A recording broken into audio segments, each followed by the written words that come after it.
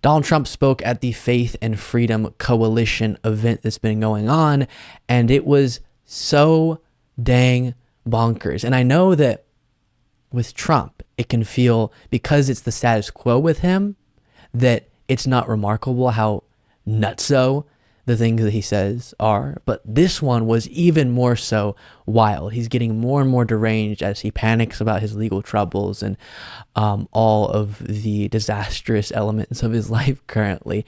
And this one, I would describe it as him going into a delusion coma, okay?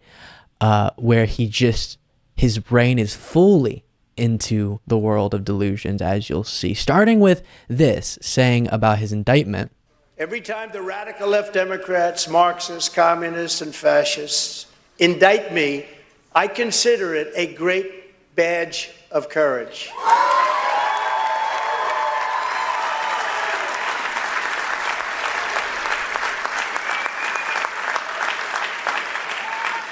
I'm being indicted for you, and I believe the you is more than 200 million people that love our country. They're out there, and they love our country.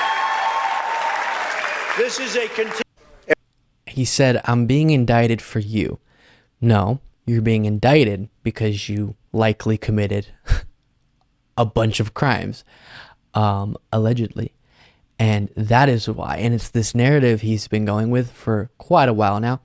They're not coming for me. They're coming for you, and I'm just in the way. How? How have your supporters also mishandled classified documents and obstructed an investigation and conspired with their staffers to obstruct the investigation and lied to federal authorities? How are your supporters actually the ones being targeted, and you're just bravely standing in the way? False. And then next moment here. But if I didn't run, or if I would say, I'm not going to run, or if my numbers were bad, where it looked like I wasn't going to make it, they wouldn't be focusing on me. They would focus on whoever was leading, and they would go after that person, male or female, just as viciously as they go after me. And that person would not be able to handle it. That's why you have no choice but to vote for Donald Trump. Because Trump is being investigated for multiple things, but notably attempting to overthrow a democratic election and install himself president, and mishandling our nation's secrets in some pretty blatantly irresponsible and seemingly criminal ways. Actually, that's proof that they're going after him because he's such a strong force, and you have to support Donald J. Trump for that reason. It is wild, and people eat it up. As I've mentioned multiple times, I was outside the Miami Federal Courthouse during his arrest and arraignment, and so many people were so in awe of his courage and how he's fighting for them, when in reality, they're just being used as a financial sponge for him to squeeze money out of, to fundraise for himself, to pay his legal fees possibly, and a force to keep him relevant, prominent, and possibly powerful if he won the next election, God forbid. He's using you guys. He's not fighting for you. He's using you. And that's really, really sad to see. And then on the subject of Roe v. Wade. That's not going to happen with them or any of our judges. Exactly 1 year ago today, those justices were the pivotal votes in the Supreme Court's landmark decision ending the constitutional atrocity known as Roe v. Wade. I've seen a couple people say in response to this clip and others like it, you don't even have to do anything other than cropping that or clipping that and running it as an ad over and over and over in favor of the Biden campaign, because so many people are very unhappy, and polling shows are very unhappy with the overturning of Roe v. Wade. And so he's actually doing an effective job campaigning for Biden with that type of promotion there. And then a really deranged moment. Take a look at this. Prohibited.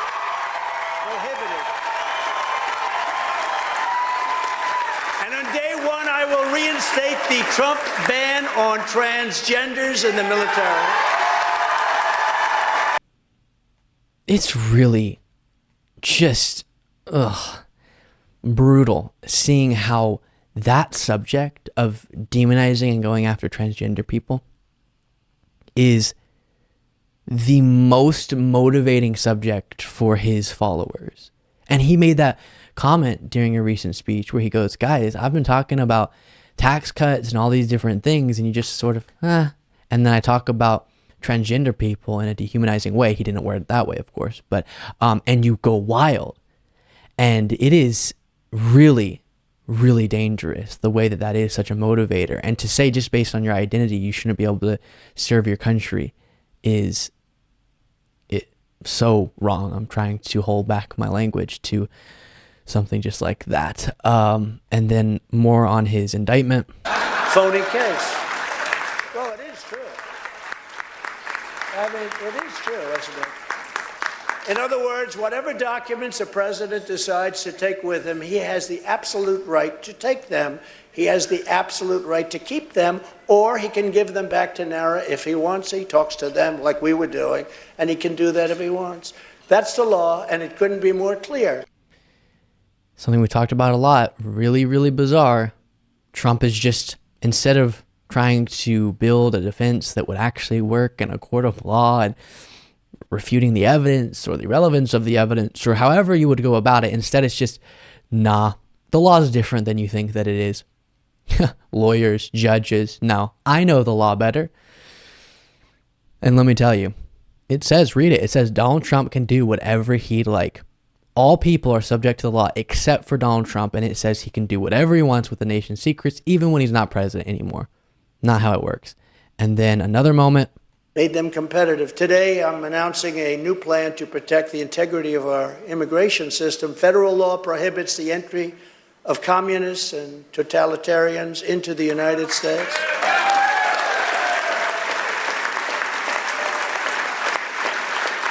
But my question is, what do we do with the ones that are already here that grew up in it?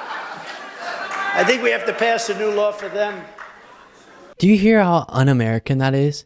He's talking about passing a new law to deport people who are U.S. citizens who grew up here. That's what he's talking about, if he perceives them to be communists, I guess.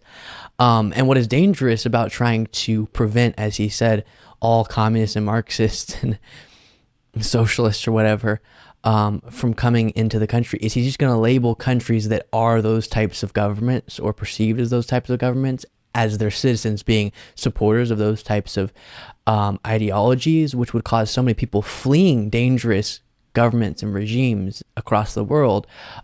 It would cause them to be prevented from entering the United States, which would be horrible. And he's also talked about, this is actually from a different speech this weekend, doing this as well, violating the Constitution in this way. And I will sign a day one executive order ending automatic citizenship for the children of illegal aliens. So getting rid of the 14th Amendment, essentially, a part of the 14th Amendment that established birthright citizenship, and he wants to do away with that because it was never an authentic principle that Trump conservatives stood for the Constitution. No.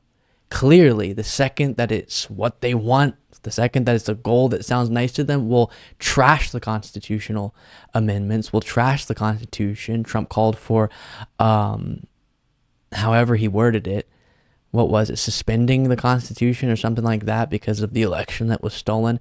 And all of that doesn't matter to his supporters because there was never an authentic principle there. It wasn't, we're lovers of the Constitution. It was only effective in those limited arguments, and now it's, 14th Amendment, no, I don't care. I don't care. Birthright citizenship, nope, don't care. And then one more random moment from this other speech that you just saw a clip from.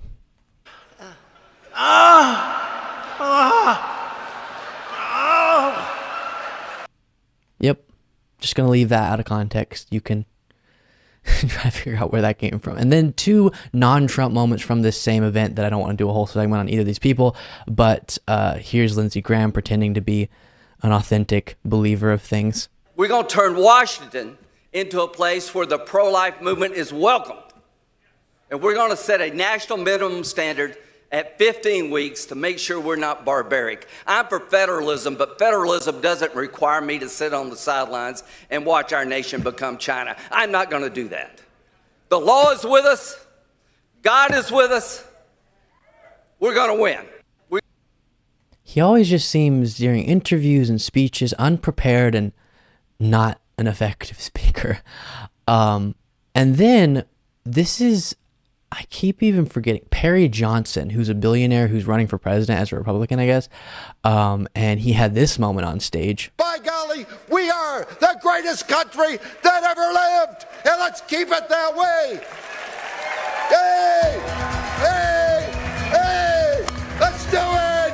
Let's do it now, because we are going to win this next election.